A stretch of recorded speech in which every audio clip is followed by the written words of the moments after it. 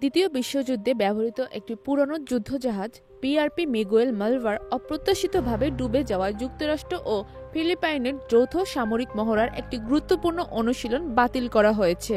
প্রায় ৮০ বছরের পুরনো এই জাহাজটি বালিকাতান নামে ৩ সপ্তাহব্যাপী মহড়ার একটি টার্গেট জাহাজ হিসাবে ব্যবহারের কথা ছিল, কিন্তু মহড়ার আনুষ্ঠানিক শুরুর আগেই এটি ফিলিপাইনের পশ্চিম উপকূলের সমুদ্রে ডুবে যায়।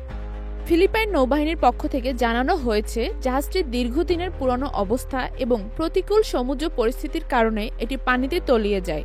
নৌবাহিনীর মুখপাত্র জানান জাহাজটির অভ্যন্তরে দ্রুত পানি ঢুকে যায়, যা শেষ পর্যন্ত এর ডুবে যাওয়ার কারণ হয়ে দাঁড়ায়। আমরা চেষ্টা করেছিলাম জাহাজটিকে নিয়ন্ত্রণে রাখতে, কিন্তু সেটি সম্ভব হয়নি। বিআরপি মিগুয়েল মালভার শুধু একটি যুদ্ধজাহাজই ছিল না, এটি ফিলিপাইন নৌবাহিনীর ইতিহাসে একটি গুরুত্বপূর্ণ অংশ হিসেবে বিবেচিত হতো। দ্বিতীয় বিশ্বযুদ্ধের সময় মার্কিন নৌবাহিনীর অধীনে থাকা এই জাহাজটি জাপানি সাবমেরিন প্রতিরোধে বিশেষ ভূমিকা পালন করে।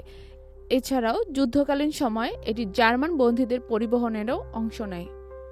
যুদ্ধের পর ১৯৬৬ সালে জাহাজটি মার্কিন যুক্তরাষ্ট্র থেকে ভিয়েতনামের কাছে হস্তান্তর করা হয়।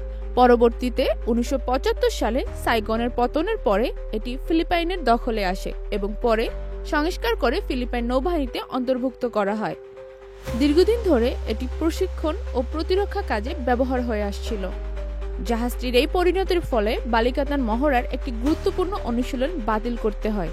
এই যৌথ সামরিক মহড়াটি যুক্তরাষ্ট্র ও ফিলিপাইনের সামরিক অংশীদারিত্বের অন্যতম প্রতীক। মূলত দক্ষিণ চীন সাগরে চীনের আগ্রাসী অবস্থানের বিপরীতে যৌথ প্রস্তুতির অংশ হিসেবে এই মহড়ার আয়োজন করা হয়েছে। চলতি বছরে মহড়ায় প্রায় ১৭০০ মার্কিন ও ফিলিপিনো সেনা অংশ নিচ্ছিল, যেখানে জল, স্থল ও আকাশপথে বিভিন্ন যৌথ অনুশীলন পরিচালিত হচ্ছে। এর মধ্যে ছিল পুরনো জাহাজে মিসাইল হামলার অনুশীলনও, যার অংশ হিসেবে বিআরপি মিগুয়েল মালভারকে টার্গেট হিসেবে ব্যবহার করার পরিকল্পনা ছিল। এই ঘটনার পরে অনেক সাব নৌসেনা, সামরিক বিশ্লেষক ও ইতিহাসবিদ দুঃখ প্রকাশ করেছেন। তাদের মতে বিআরপি মিগুয়েল মালভার ছিল কেবল একটি জাহাজ নয়, এটি সময়ের প্রতীক এবং ঐতিহাসিক সাক্ষ্য। তারা বলেন এমন একটি জাহাজের অবসান এক ধরনের ক্ষতিই বটে। বর্তমানে নৌবাহিনীর ডুবন্ত জাহাজটির স্থান ও অবস্থান নির্ধারণে উদ্ধার কার্যক্রম চালাচ্ছে এবং ঘটনার বিস্তারিত তদন্ত শুরু হয়েছে।